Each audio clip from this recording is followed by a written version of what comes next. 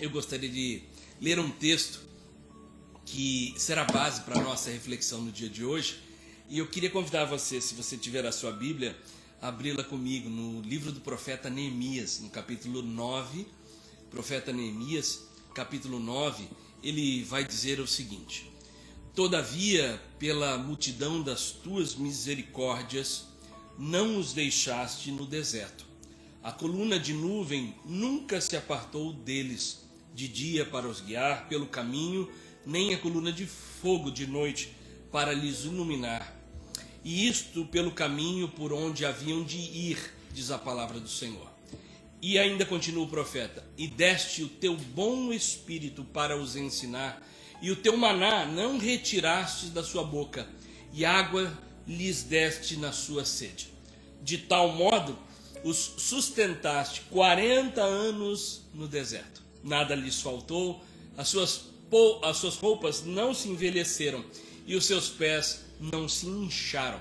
Também lhes deste reino e povos, e multiplicaste os seus filhos como as estrelas do céu, e trouxeste-os à terra de que tinhas falado aos seus pais, que nela entrariam para possuir.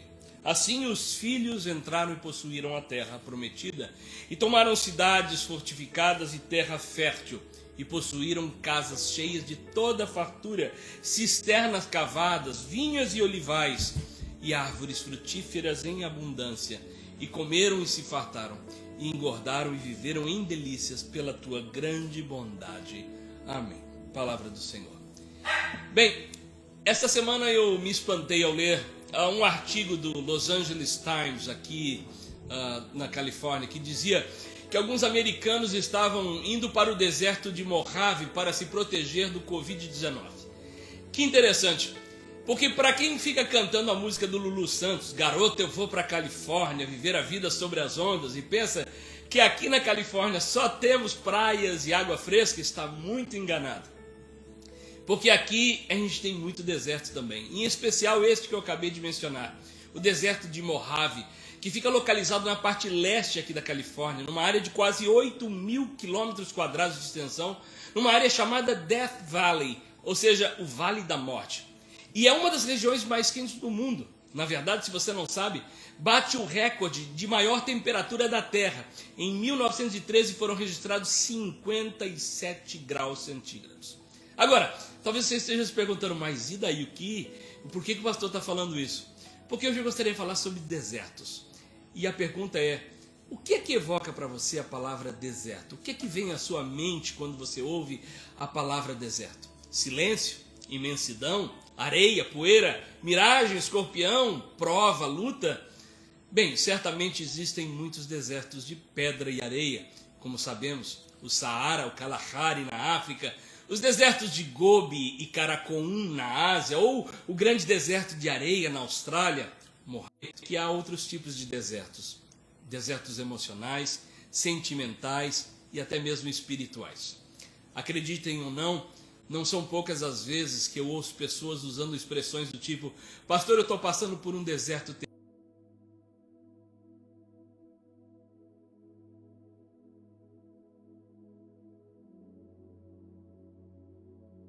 Teve pausa aqui. Representa provação, representa tempos difíceis, e todos nós, acreditem, sem exceção, mais cedo ou mais tarde adentramos por uma experiência existencial num deserto, seja físico ou não.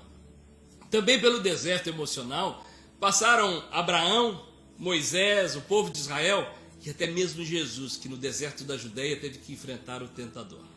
Agora deixa eu deixar algo bem claro aqui. Nem sempre é o Senhor ou o Espírito de Deus que nos leva para desertos, como no caso de Jesus. Eu conheço muita gente que se meteu deserto adentro, deserto emocional e financeiro, por conta própria. Isto é, pessoas que por não saberem lidar com o dinheiro, por exemplo, por comprar o que não precisa com o dinheiro que não tem, só para mostrar para quem não gosta, se enfiou num Mojave econômico. Gente que não soube e ainda não sabe administrar o que tem e passa por tempos de carestia e ainda acha que a culpa é de Deus. Gente que gasta mais do que ganha. Ou gente que escolheu errado e passa por provação por conta de não ter dado ouvidos à palavra de Deus, aos conselhos do Senhor. por não buscar conselho com outras pessoas. Ou então desertos do tipo de gente que não gosta nem de estudar nem trabalhar e acaba enfrentando privação em língua. De modo que, seja porque Deus nos levou ou porque a gente mesmo se meteu num deserto, a verdade, queridos, é que quem passa por ele precisa aprender que o doloroso e o tórrido só estão lá para nos preparar para uma terra deleitosa que está por vir. Afinal, o deserto não é meta. O deserto é apenas travessia. É apenas uma passagem para a terra prometida. Pelo menos para quem quer aprender alguma coisa e sair dele algum dia.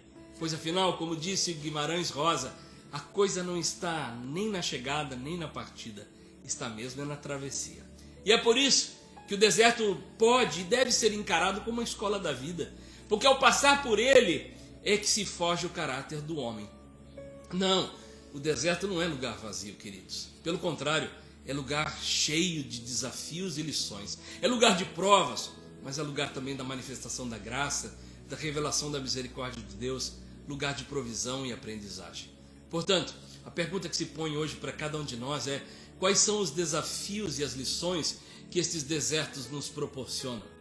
Bem, há 3 coisas que eu gostaria de falar com vocês. A primeira é que é na travessia pelos desertos da vida que nós aprendemos ou precisamos aprender a confiar, a depender exclusivamente na provisão de Deus. Ou seja, o fato de a gente passar por desertos não significa que estamos sós.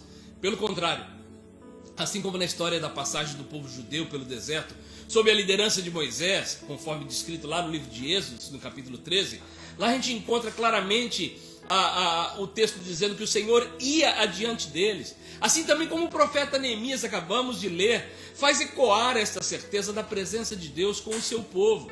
E ele repete isso claramente aqui no texto que nós lemos, dizendo: a coluna de nuvem nunca se apartou deles de dia para os guiar pelo caminho, nem a coluna de fogo de noite para iluminar o caminho por onde haveriam de ir.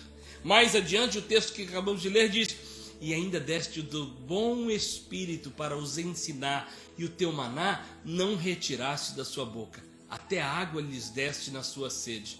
Ou seja, o Senhor continua sustentando a gente mesmo pelos anos no deserto. Nada nos falta.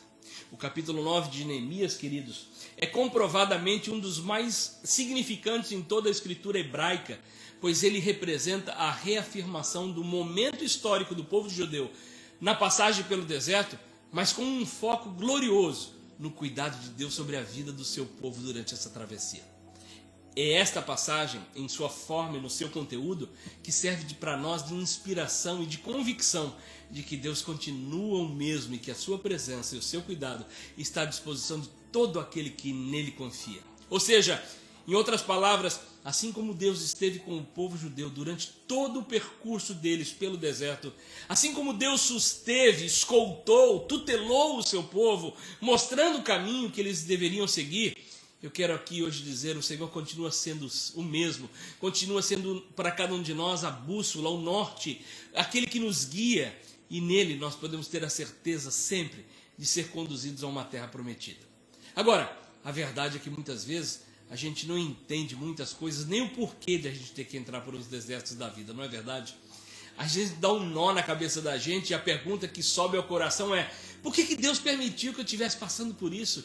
Muitas vezes pessoas me perguntam: pastor, por que eu tive que entrar por esse deserto? Será que eu vou conseguir sair? Não é assim? Bem, queridos, a verdade é que talvez a gente nunca saiba o porquê Deus permitiu. Mas a primeira denúncia que o deserto nos faz é que em momentos de dor, momentos áridos, de desesperação, de insciência, a gente descobre que o nosso diploma, o nosso dinheiro, os nossos bens, ou mesmo as relações com gente importante e influente, o nosso poder, a sabedoria humana, não serve para nada. No deserto, isso tudo não tem o menor valor. E é por quê? Porque o deserto, por natureza, é um lugar de exposição da mais cruel realidade humana, a sua insuficiência e impotência. Em outras palavras, basta a perda de um filho, de um ser querido, basta a falta de emprego, um desastre natural que nos acomete, uma enfermidade, uma luta, uma decepção com quem se dizia ser o nosso amigo, a traição de um cônjuge ou outra situação qualquer para a gente descobrir quão pequenininho nós somos, o quão grande é a nossa insuficiência. No entanto, se por um lado esses desertos são sinônimos mesmo de provação, por outros são também oportunidades de manifestação da misericórdia e da graça de Deus na vida da gente. Deserto é sempre um espaço aberto para a provisão divina. Portanto, aprendamos a confiar e depender mais em Deus, sobretudo nos momentos difíceis que estivermos passando pelo deserto, sabendo, como o apóstolo Paulo disse, que a nossa leve e momentânea tribulação produz para nós eterno peso de glória, acima de toda comparação. 2 Coríntios 4,17. Amém, queridos? Portanto, seja qual for o deserto que você estiver passando, estiver atravessando, aprenda a confiar e a depender exclusivamente na provisão de Deus. Se você colocar nele a sua confiança, tenho certeza que a coluna de nuvem do cuidado de Deus nunca se apartará de ti, e ele estará sempre iluminando o teu caminho, e o seu bom Espírito estará contigo para te ajudar. Amém? A segunda coisa que eu gostaria de compartilhar, o segundo desafio do deserto, é da preservação e aperfeiçoamento da nossa identidade nele. Vou explicar. O deserto é o lugar onde nós somos moldados e o nosso caráter é trabalhado por Deus. E essa questão de identidade é algo muito sério. E eu digo isso porque muitas vezes Deus permite que a gente passe por um deserto para que o nosso caráter, a nossa personalidade seja aperfeiçoada. E a questão aqui é que, de fato, a gente aprende muita coisa no deserto e perde também muitas coisas. Mas o que a gente não pode perder é a gente mesmo na travessia. Em outras palavras, a gente pode perder muita coisa, mas a gente não pode se perder no caminho. O calor escaldante do dia e o frio insuportável da noite no deserto tem muitas vezes o poder de transformar muita coisa, mas não pode jamais transformar a gente em pior. O apóstolo Paulo fala sobre a transformação e escreve lá aos Coríntios dizendo que nós devemos refletir a glória do Senhor e ser transformados de glória em glória, na mesma imagem, como pelo Espírito do Senhor, 2 Coríntios 3,18. Em outras palavras, o deserto é o lugar onde a gente aprende a ter o nosso caráter, o nosso eu transformado pelo poder de Deus até que a gente chegue à estatura perfeita de Cristo. Portanto, não há mutação no deserto. E deixa eu falar e explicar o que eu quero dizer com isso. Como alguns sabem, mutações são mudanças dos genes. E o processo pelo qual um gene sofre uma mudança estrutural, de modo que é necessário um dano na sequência dos nucleotídeos do DNA. Mas eu não vim aqui para dar aula de biologia molecular, nem bioquímica, até porque não é minha área de estudo. Mas eu digo isso porque nesses quase 25 anos de pastorado, eu confesso ter visto algumas pessoas que ao passarem pelo deserto sofrem algum desses dois tipos de mutação. Uma sofre uma mutação animal, ou seja, é gente que ao ter passado pelo deserto emocional, um momento de dor ou de perda, um sofrimento de muita dor e de sofrimento grande, se transforma em animal, em bicho. Uns se mutam em escorpiões, outros em serpentes negras. E aí o infeliz sai dando ferroada e picada em todo mundo só porque ele passou pelo deserto. É veneno que não acaba mais. Também já vi muita gente se transformar em escaravelho. Conhecem esse animalzinho? Nunca ouviram falar? O escaravelho é interessante porque eles têm uma peculiaridade. Eles têm uma relação bem íntima com excrementos. Em outras palavras, as fezes, se você preferir. E isso porque esses animais do deserto fazem bolinhas de sujeira com aquilo que foi liberado por outros animais e saem rolando-as pelas areias do deserto. Aí depois eles cavam um buraco e passam a viver comendo essa sujeira, morando no meio de toda essa sujeira. Pois é, assim também eu conheço muita gente do tipo escaravelho. Gente que vive comendo essas bolotas, acúmulos de lembranças excrementais e situações que só trazem dor e só fazem viver no meio dessa sujeira emocional toda. Mas como eu disse, não é essa a proposta do deserto. Mas há um segundo tipo de mutação também muito interessante. Além da mutação animal, tem uma outra mutação que eu chamo de transcendental ou angelical. Sabe por quê? Porque há um tipo de pessoa que se transforma em bicho quando passa pelo deserto, mas tem uma outra que se transforma tão santa. Ela é tão santa só porque ela passou pelo deserto, que quando ela sai, ela se sente melhor do que todo mundo. Se acha mais pura. Ela acha que todo mundo é impuro, pecador e indigno de estar na presença dela. Algumas dessas pessoas, inclusive, acham que sofreram uma mutação tão grande que viraram anjo. Se sentem que estão acima de todo mundo. Entraram gente de um lado, saíram querubim do outro lado do deserto. Misericórdia, tem muita gente assim. O pessoal que está dando risada. Mas eu fico pensando nesse tipo de pessoa, não aprenderam nada. Afinal de contas, queridos, o grande desafio e lição do deserto é para baixar a bola da gente, não é para levantar não. O deserto serve para fazer a gente mais humilde, não mais arrogante e soberbo. Então, querido, por favor, em nome de Jesus, não permita que nem o calor escaldante do dia, nem o frio insuportável das noites do seu deserto emocional, espiritual, transformem você em algo pior. Lembre-se do que 1 Pedro disse: ainda que agora importa ser necessário que a gente seja e esteja um pouco contristado, com muitas e várias tentações, para que a prova da vossa fé, que é muito mais preciosa do que o ouro que perece, se ache em louvor, honra e glória na revelação de Jesus. Amém. A última lição que eu gostaria de compartilhar do deserto é o desafio de aprender a viver uma nova filosofia de vida. E eu vou explicar por quê.